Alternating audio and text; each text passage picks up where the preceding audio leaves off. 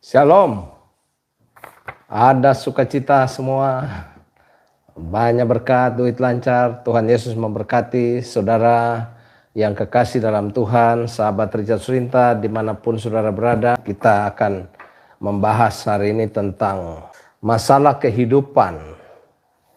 Ada hikmahnya, kenapa kita tidak selalu harus kuat, kenapa kita tidak selalu harus bertahan di dalam setiap badai kehidupan kita. Baik saudaraku yang kekasih dalam Tuhan, mari sama-sama kita lihat firman Tuhan, hikmah dari masalah atau masalah kehidupan membawa hikmat. Mari kita lihat Matius 4 ayat 1 sampai dengan 11. Pencobaan di padang gurun. Maka Yesus dibawa oleh Roh ke padang gurun untuk dicobai iblis. Anda bisa lihat di situ bahwa ini Roh Kudus membawa Yesus untuk dicobai. Berarti Tuhan mengizinkan itu terjadi. Dan setelah berpuasa 40 hari dan 40 malam, akhirnya lapar Yesus. Ayat 3, lalu datanglah pencoba itu dan berkata kepadanya, jika engkau anak Allah, perintahkanlah supaya batu-batu ini menjadi roti. Tapi Yesus menjawab, ada tertulis, manusia hidup bukan dari roti saja, melainkan dari setiap firman yang keluar dari mulut Allah. Ayat 5. Kemudian iblis membawanya ke kota suci dan menempatkan dia di bumbungan bait Allah. Lalu berkatalah kepadanya, jika engkau anak Allah, jatuhkanlah dirimu ke bawah. Sebab ada tertulis mengenai engkau, ia akan memerintah malaikat-malaikatnya dan mereka akan menatang engkau di atas tangannya supaya kakimu jangan terantuk kepada batu. Ayat 7. Yesus berkata kepadanya, ada tertulis, janganlah engkau mencobai Tuhan Allahmu. Ayat 8. Dan iblis membawanya pula ke atas gunung yang sangat tinggi dan memerintahkan kepadanya semua kerajaan dunia dengan kemegahannya dan berkata kepadanya, semua itu akan kuberikan kepadamu jika engkau sujud menyembah aku. Ayat 10. Maka berkatalah Yesus kepadanya, enyalah engkau iblis, sebab ada tertulis, engkau harus menyembah Tuhan Allahmu dan hanya kepada Dia sajalah engkau berbakti. Ayat 11 sama-sama. Lalu iblis meninggalkan dia dan melihat malaikat-malaikat datang melayani Yesus. Saudaraku yang kekasih dalam Tuhan, selama manusia hidup dalam dunia, mau orang kaya, mau orang miskin, mau orang atas, orang bawah, mau orang rohani maupun rohani yang pas-pasan, maupun Kristen atau non-Kristen, manusia tidak pernah lepas dari namanya persoalan. Yang saudara harus catat, masalah merupakan salah satu bagian yang tidak dapat dipisahkan dari kehidupan manusia. Jadi saudara bisa lihat situ.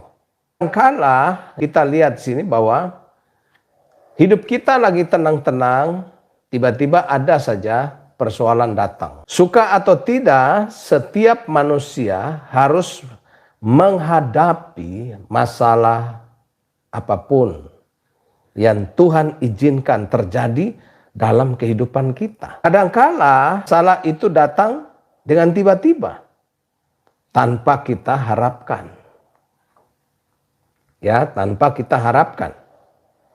Bahkan kadangkala masalah itu datang bertubi-tubi dalam kehidupan kita. Suami istri lagi duduk tenang-tenang, Tiba-tiba ada masalah. Kehidupan keluarga lagi santai, ada aja persoalan. Itu sebabnya saudaraku yang kasih dalam Tuhan, masalah itu datang bisa tiba-tiba. Kadang kita tahu, kita nggak ngerti. Kadang orang bisa menyelesaikan, kadang orang bingung menyelesaikannya. Masalah merupakan salah satu bagian yang tidak dapat dipisahkan dari kehidupan manusia. Saya pernah bawa mobil, di belakang mobil ada penutup ban serif ya, terpampang. Terus ada pembungkusnya itu monyet lagi gelantungan, dia gelantungan, terus dia bilang, susah ya jadi manusia. Ya, saya bilang memang susah-susahnya kita ya, kita nggak mau jadi monyet. Kita lihat di sini bahwa dalam kehidupan kita, nah ada hikmat di dalam setiap persoalan. Hikmat dari atau ya masalah selalu membawa hikmat. Yang pertama, permasalahan merupakan proses pembentukan iman. Permasalahan hidup sebenarnya merupakan cara Tuhan untuk membentuk iman kita agar menjadi kuat. Masalah mengajarkan kita bersyukur dalam segala hal. Itu sebabnya dalam TikTok saya, jangan pintar memuji Tuhan di gereja saja. Mulutku penuh dengan pujian. Mulut dibuat-buatin lagi. Tapi di rumah, aduh, suami bilang, lu di gereja aja deh, lu pulang bikin kerusuhan ya. Masalah mengajarkan kita bersyukur. Ketika saudara ada masalah, you bersyukur, maka you melihat mujizat. Sebaliknya, kalau engkau ada masalah, you bersungut-sungut, engkau membuat beban berat dalam hidupmu. Itu sebabnya dalam persoalan marilah kita mengucap syukur. Apapun yang terjadi dalam hidup kita, bersyukurlah. Orang biasa sulit bersyukur di tengah masalah yang dihadapinya. Tapi orang beriman bisa bersyukur meskipun di tengah persoalan. Membuat kita mengalami kemenangan. Persoalan hidup itu membuat kita mengalami kemenangan dalam hidup. Masalah ibarat soal ujian. Ya, soal ujian. Tanpa masalah kita tidak akan pernah naik kelas. Hebat. Pemenang adalah orang yang mampu mengatasi dan menyelesaikan persoalan hidup. Jadi saudara bisa lihat di situ. Itulah pemenang. Membuat kita mengandalkan Tuhan senantiasa. Ini. Jadi masalah itu membawa hikmah. Masalah merupakan proses pembentukan. Saudaraku yang kasih dalam Tuhan, kita lihat sini bahwa membuat kita mengandalkan Tuhan senantiasa. Jadi saudaraku yang kekasih dalam Tuhan, ya, permasalahan merupakan proses pembentukan iman. Jadi Tuhan mengizinkan persoalan itu terjadi supaya kita selalu berdoa, beribadah intim dengan Tuhan, lebih dekat dengan Tuhan. Bangun pagi ada seruan doa itu. Kalau hidup kita adem-adem saja, mungkin kita tidak lagi mengandalkan Tuhan. Namun di saat hidup kita bergelombang, pasti orang akan mencari Tuhan. Itu sebabnya saudaraku yang kasih dalam Tuhan, marilah kita sebagai anak Tuhan, jalanilah kehidupan kita untuk selalu kuat. Haleluya. Yang berikut, masalah mendewasakan. Jadi saudaraku yang kasih dalam Tuhan, masalah mendewasakan hidup kita. Menjadi tua itu pasti, tapi menjadi dewasa itu adalah pilihan. Saya banyak lihat orang yang tua tapi nggak dewasa. Tapi banyak ada anak-anak yang pikirannya dewasa. Mantap. Mungkin kita sudah pernah mendengar kalimat ini. Masalah di sini berfungsi sebagai katalitator kehidupan. Tahu katalitator kehidupan, di mana masalah tersebut memberikan pelajaran langsung kepada diri kita. Bagaimana ciri orang-orang dewasa? Yang pertama saya mencatat, mampu mengendalikan diri. Kalau ada masalah tenang, nggak panik, nggak kasak-kusuk ya. Orang yang panik itu bisa buat salah. Tenang aja. Jangan jadi orang itu terlalu panik. Baru putus cinta, langsung cari yang lain. Ternyata dari buaya pindah ke buaya. Itu sebabnya saudaraku yang kasih dalam Tuhan, bangsa Israel yang di padang gurun, mereka yang lahir di padang gurun, punya pengendalian diri. Jadi Tuhan bawa mereka masuk. Yang lahir di Mesir, keluar dari Mesir, semua mati. Nggak punya pengendalian diri. Ada masalah bersungut-sungut terus. Tuhan bilang nggak usah masuk. Termasuk Musa. Tapi mereka yang terbiasa dengan persoalan dan bersyukur, mereka yang lahir di padang gurun, Tuhan bilang masuk. Yosua dan Kaleb membimbing mereka masuk ke tanah perjanjian. Yang kedua, memahami perasaan, empati. Ya, apa ini maksudnya? Ciri kedewasaan selanjutnya dapat dilihat dari empati. Anak-anak biasanya belum dapat merambah perasaan orang lain. Orang yang bertambah umur tetapi tidak dapat merambah perasaan orang lain. Ya, artinya saudara, kalau orang ada masalah, ya kita dukung dalam doa. Kita berikan semangat. Jangan udah ada masalah diomongin lagi. Jadi nggak bagus. Ya, ini. Jadi kalau orang yang punya kedewasaan. Banyak orang-orang yang putus cinta, mengalami kekesalan, kayak nggak ada laki lain, kayak nggak ada cewek lain aja. You pikir you kawin dengan orang yang you bela-belain dalam pacaran, you pikir dalam menikah dia bisa bahagia? Belum tentu. Semua itu bagaimana kita menjalani dengan Tuhan. Yang ketiga, ciri orang dewasa, hati-hati. Hati-hati artinya apa? Orang yang dewasa cirinya hati-hati dalam bertindak. Dia udah punya pengalaman dalam bertindak. Ya, ketika dia ada dalam masalah, dia berpikir lagi untuk mengambil satu tindakan. Dia minta Tuhan. Tadinya dia gagal dalam usaha, karena mungkin diajak teman dan sebagainya, terpengaruh dengan medsos-medsos yang begitu gampang. Akhirnya sekarang dia hati-hati. Sebelum dia buat, minta Tuhan doa dulu, gitu. Minta Tuhan kasih hikmat, kasih jalan yang terbaik. Ahok bilang begini, kalau orang bodoh, dia harus nurut. Bodoh dalam hal rohani, ya juga dia harus nurut. Udah bodoh rohani, nggak nurut, malah ngebantah. Ini Ahok bilang ini orang yang nggak tahu diri. Ya, banyak orang Kristen juga begitu. Pendeta khotbahnya dikritik. Udah bodoh rohani, nggak mau nurut lagi, malah ngebantah. Ya udah, sampai kapanpun, you nggak bisa maju ya dalam kehidupan. Itu sebabnya hati-hati. Ya, kalau pendeta bilang begini, ya udah jalan. 4, sabar.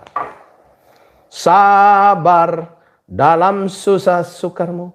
Sabar, Tuhan ada sertamu. Sabar, sabar, sabar, beri kuat padamu. Amin. Jadi saudaraku yang kasih dalam Tuhan, orang yang dewasa terlihat dalam kesabarannya. Ya, kesabaran. Di dalam rumah, sebagai contoh, dalam rumah seorang ibu mempunyai 3 anak. Yang satu menangis, kemudian yang lainnya pun ikut menangis. Sehingga lama kelamaan menjadi 4 orang yang menangis. Mengapa? Karena ternyata ibunya juga ikut menangis. Sabar. Ya, ada banyak orang urus anak satu saja udah nangisnya minta ampun ya. Ada orang urus anak 2 ya nangis minta ampun. Saya banyak lihat orang urus anak banyak ya, tapi tetap aja kuat, hebat. Yang berikut adalah tanggung jawab. Ya, tanggung jawab. Orang yang dewasa ya dalam menghadapi masalah adalah punya tanggung jawab. Seorang yang dewasa memiliki kemampuan untuk bertanggung jawab. Untuk melihat kedewasaan seseorang dapat dilihat dari kemampuannya bertanggung jawab. Contoh, seorang ayah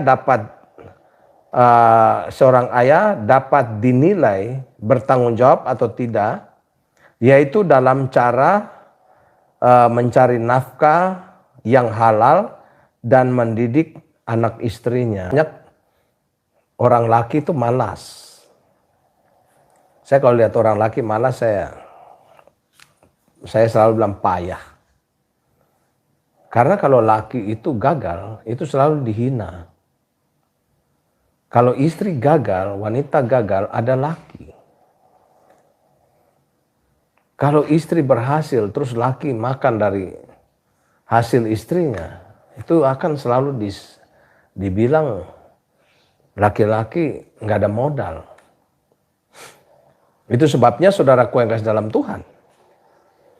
Ya, kita lihat sini harus punya tanggung jawab. Itu sebabnya anak-anak muda yang laki jangan cuma ya pacaran doang ya. Nilai di mata kuliah CB terus. Dibaca cebok ya. Ya, you harus punya nilai A ya. Jangan pacaran aja A+. Pacaran mesra sekali. Belum tentu rumah tanggamu bisa mesra. Itu sebabnya marilah jadi laki-laki yang tanggung jawab. Jangan jadi laki-laki yang malas. Ada hikmah di balik setiap persoalan. Yang ketiga, masalah mengasah keberanian. Masalah itu harus dilewati, bukan dihindari. Memang tidak semudah mengucapkannya, karena ketemu masalah saja bisa membuat orang sport jantung. Ya, jadi untuk menghadapi masalah kita harus punya keberanian. Harus. Ya, dikatakan apa? Ada 2 sikap yang bisa kita kembangkan. Yang pertama saya mencatat. Buang jauh-jauh rasa takut. Kalau hidup saudara hidup yang dikuasai oleh ketakutan, kekhawatiran, bagaimana you mau menghadapi kehidupan ini? Salah satu kemenangan Daud atas Goliat adalah sebuah keberanian atau kepercayaan diri. Saya selalu mengajar orang untuk bagaimana cara berkhotbah. Salah satu yang harus kita punya dalam diri kita adalah kepercayaan diri. Banyak pendeta-pendeta, coba saudara lihat. Anak-anak muda sekarang. Bahannya nggak ada, isinya pun juga nggak ada. Tapi punya keberanian, kepercayaan diri. Ya, jadi saudara lihat situ. Buanglah jauh-jauh rasa takut. Rasa takut hanya akan membuat kesusahan dan Anda menderita. Gantikanlah ketakutan Anda dengan keberanian. Dikatakan seorang filsuf Romawi pernah mengatakan, merasa susah itu biasa. Tapi berani menderita itu jarang. Nah itu, catat baik. Merasa susah itu biasa. Tapi berani menderita tidak semua orang bisa. Perkataan itu ada benarnya. Namun meski kita menggantikan rasa takut dengan keberanian. Jangan jadi orang itu gampang takut. Ya, dua sikap yang bisa kita kembangkan. Buang jauh-jauh rasa takut. Yang kedua, jagalah kesetiaan Anda sampai mati. Ya, ini. Untuk menghadapi persoalan, Anda dan saya memang membutuhkan kesetiaan. Kesetiaan kepada Tuhan. Banyak orang yang hidup di dalam masalah, akhirnya tinggalkan Tuhan. Bahkan sekarang ada pengajaran-pengajaran dari medsos. Hati-hati saudara. Saudara punya iman Kristen harus tetap dijalanin. Ya, tetap dijalanin. Saya pernah dibawahi orang Alkitab, ditelepon Pak Richard mau Alkitab nggak? Saya bilang mau dong. Ya, saya bilang mau. Ini Pak Richard bagi untuk jemaat. Saya bilang siap. Terus dia bilang begini, Pak, Alkitab ini nggak ada nama Allah. Nama Tuhan diganti, nama Allah diganti Tuhan. Saya bilang enggak, saya nggak mau. Kenapa Pak Richard? Saya nggak mau yang macam-macam lagi. Ya, inilah iman ini aja dari kita lahir, kita jalani aja. Ini dunia sekarang ketika kita pandemi, dengar iman lewat medsos, banyak orang yang mulai disesatkan. Ya, jadi saudaraku yang kasih setia sama Tuhan. Ya, sudah mengalami mujizat, Tuhan udah menyembuhkan, malah tinggalkan Tuhan. Itu yang bangsa Israel langsung mati semua di padang gurun.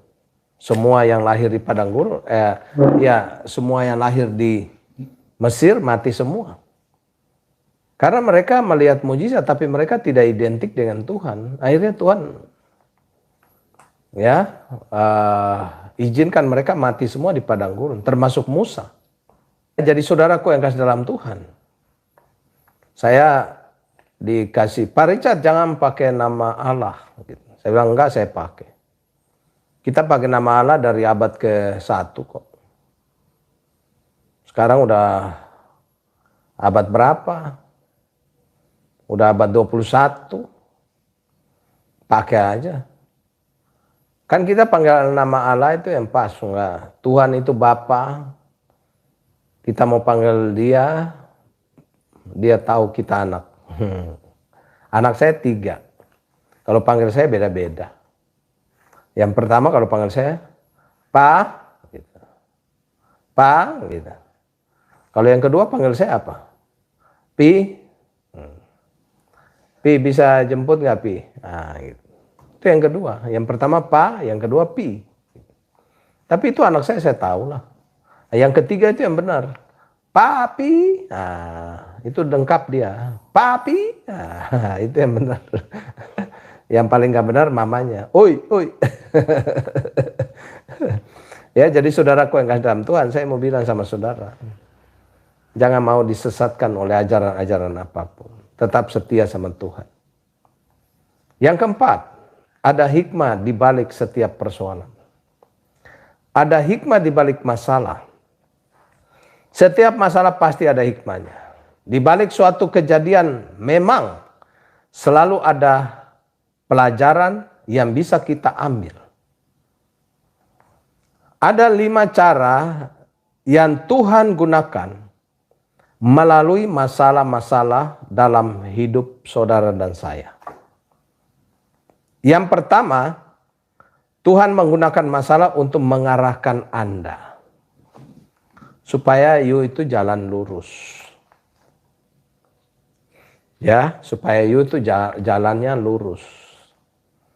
Ya, tidak neko-neko. Kadang-kadang Tuhan harus menyalakan api di bawah Anda untuk membuat Anda tetap bergerak. Seringkali masalah yang Anda hadapi akan mengarahkan Anda ke arah yang baru dan memberikan Anda motivasi. Itu. Yang kedua, 5 cara Tuhan. Tuhan menggunakan masalah untuk menguji. Daud berkata, "Ujilah aku Tuhan, cobalah aku Tuhan, selidikilah hatiku dan batinku. Mataku tertuju padamu." Bos. Ketika Tuhan mengizinkan persoalan, matanya tertuju pada Tuhan. Ketika Ayub diizinkan persoalan, sampai akhirnya dia berkata apa? "Dulu aku mendengar Tuhan dari kata orang saja, tapi sekarang mataku sendiri memandang Engkau." Mantap. Yang ketiga, 5 cara Tuhan gunakan masalah dalam hidup Anda. 3, Tuhan menggunakan masalah untuk mengoreksi Anda. Jadi masalah itu supaya mengoreksi. Kadang-kadang kita terlalu sombong, kadang-kadang kita melupakan Tuhan. Ya, Tuhan izinkan itu terjadi supaya lebih menyadarkan saudara untuk kembali kepada jalan yang benar. Yang keempat, Tuhan menggunakan masalah untuk melindungi Anda. Ya, tidak ada masalah yang selalu. Saya kenal baik dengan seseorang. Dia mau pergi ke kantornya. Ya, tapi pagi jam 6 dia sepeda dulu. Tiba-tiba dia tabrak anak tukang ojek dengan sepeda. Jadi masalah jadi panjang. Ya. Masalah jadi panjang dan dia harusnya jam 9 sudah harus di kantor. Tiba-tiba jam 10 baru dia datang. Begitu dia datang ke kantor, Kuningan ditutup. Kenapa? Karena ada bom di kedutaan Australia. Wah, kantornya, kursi tempat duduknya itu hancur, patah-patah. Bayangkan saudara kalau dia ada di situ jam pagi udah habis. Dia sampai pernah kesal sama Tuhan. Kenapa aku udah berdoa pagi jam 6, kok aku bisa tabrak anak tukang ojek? Ternyata Tuhan menjaga dia untuk supaya jangan pergi ke Sudirman, pergi ke Kuningan. Itu sebabnya masalah yang kita hadapi itu ada hal yang baik, yang positif untuk melindungi kita. Yang kelima dikatakan Tuhan menggunakan masalah untuk menyempurnakan. Jika Anda menghadapi masalah dengan cara dan pandangan yang benar, masalah tersebut bisa membentuk Anda. Tuhan lebih memperhatikan karakter Anda daripada kenyamanan Anda. Itu sebabnya saudara, semakin hari semakin seperti Yesus. Aku ingin menjadi seperti Yesus. Disempurnakan oleh Tuhan selalu. Hikmah dari setiap persoalan hidup.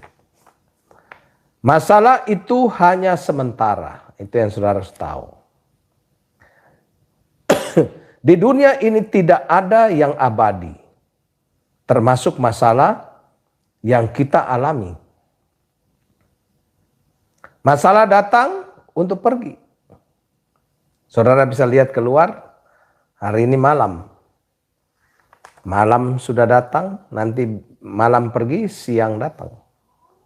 Semua terjadi dalam dunia ini, datang dan pergi. Habis gelap terbitlah terang. Masalah itu terlihat menyeramkan hanya pada saat kita menghadapinya. Tapi pada akhirnya masalah hanya akan menjadi bagian cerita di masa depan. Itu sebabnya saudara, yang hadapi persoalan hari ini ya, itu akan menjadi kesaksian nantinya. Bukannya saudara bersungut-sungut, udah tinggalkan Tuhan dan sebagainya, baru ujung-ujungnya mulai bersaksi. Saya dulu ada masalah sampai saya tinggalkan Tuhan. Itu sebenarnya bukan kesaksian. You sedang ngomong karakter you yang jelek. Ya, apakah saudara sekarang bertobat? Apakah bisa lagi hadapi masalah, bisa saudara kuat? Nah itu. Itu sebabnya saudaraku yang kasih dalam Tuhan. Sebagai kesimpulan, masalah bukan untuk dihindari. Ya, ingat. Tetapi untuk dihadapi. Hadapilah bersama Tuhan. Maka Anda akan keluar sebagai pemenang. Saya Pendeta Richard Surinta selalu hadir untuk memberkati saudara. Jangan lupa subscribe, klik lonceng dan like-nya. Agar kita terus masuk dalam firman yang selalu menguatkan kita. Amin. Tuhan Yesus memberkati. Salam hormat, salam sehat.